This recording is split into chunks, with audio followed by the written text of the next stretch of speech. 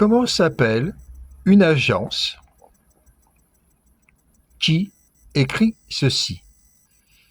Le GINIM devrait donc se résoudre à dialoguer avec le pouvoir actuel plutôt que de chercher d'abord à le renverser. Comment s'appelle une agence qui donne des conseils aux terroristes d'Al-Qaïda? Crisis Group, ICG, International Crisis Group. Ce groupe de conseillers de l'impérialisme a franchi une nouvelle étape dans l'ignominie.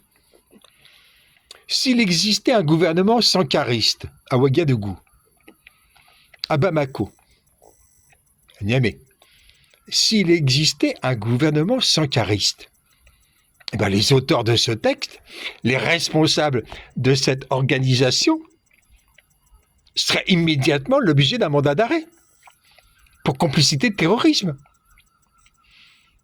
Une organisation qui donne des conseils à Al-Qaïda. Le GINIM devrait donc se résoudre à dialoguer avec le pouvoir actuel plutôt que de chercher à le renverser. Non, il manque un mot. Plutôt que de chercher d'abord à le renverser. Le groupe conseille donc à ses protégés, à ses amis, à ses alliés.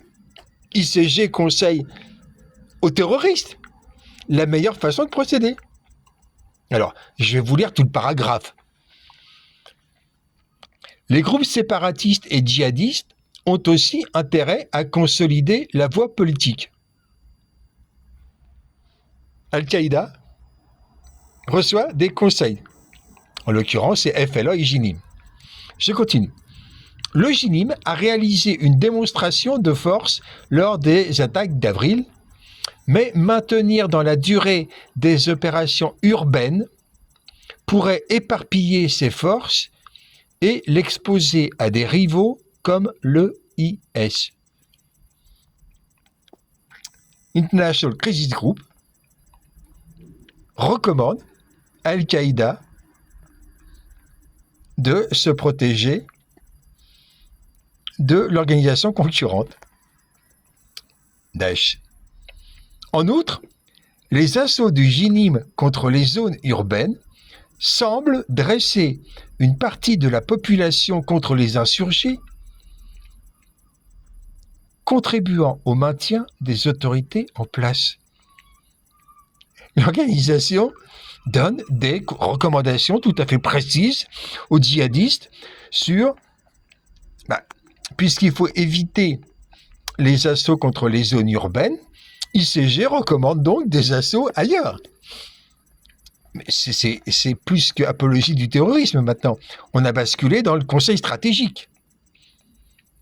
Je continue. Donc, GINIM. Le groupe a indiqué à plusieurs reprises, y compris après les raids d'avril, qu'il était ouvert au dialogue. Un groupe terroriste ouvert au dialogue.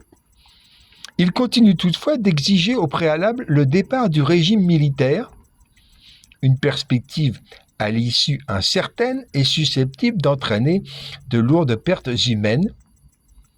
Les affrontements entre les insurgés et les forces étatiques maliennes, donc entre les terroristes et l'État malien, risquant alors de s'intensifier. Le GINIM devrait donc se résoudre à dialoguer avec le pouvoir actuel plutôt que de chercher d'abord à le renverser. On a un complot terroriste commencé au Quai d'Orsay en août 2011 et qui continue maintenant publiquement avec ICG qui se targue d'impartialité, qui se targue d'une vision globale, d'une vision neutre, d'une défense des droits humains. On a ICG qui donne maintenant la recommandation à Al-Qaïda, GINIM, cessez d'attaquer les villes, attaquer plutôt que les campagnes. Donc, aller massacrer des gens dans les campagnes, aller couper des mains dans les campagnes, c'est ce qui est implicite dans la recommandation. Je lis, les assauts du JNIM contre les zones urbaines semblent dresser une partie de la population contre les insurgés. Et donc, il ne faut pas attaquer les zones urbaines. Amis terroristes, amis djihadistes, amis islamo-fascistes, cessez d'attaquer les zones urbaines. Concentrez-vous sur les villages. C'est là que vous allez pouvoir recruter en menaçant, en embrigadant des jeunes, etc. ICG recommande plutôt les zones campagnardes. Le terrorisme, pratiquez-le plutôt à la campagne. Voilà où on en est. La putréfaction de la bourgeoisie est telle que leurs idéologues, leur justice, laissent passer de tels propos qui sont plus que l'apologie du terrorisme, qui sont des recommandations stratégiques à Iyad Dagali, à Bilal Ag-Sherif indirectement, puisque lui est FLA. Et donc, on bascule là. Parenthèse, tout ça tout à fait conforme à la visite de Macron en Syrie avec l'ex-Al-Nusra, l'ex-Al-Qaïda, l'ex-Daesh. C'est une dégénérescence totale de la bourgeoisie mondiale. Ils ne se rendent même plus compte de l'impact de ce qu'ils font.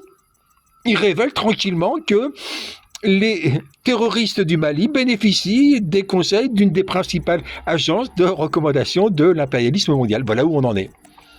Parenthèse, la révolution Sankara, la véritable, est urgente.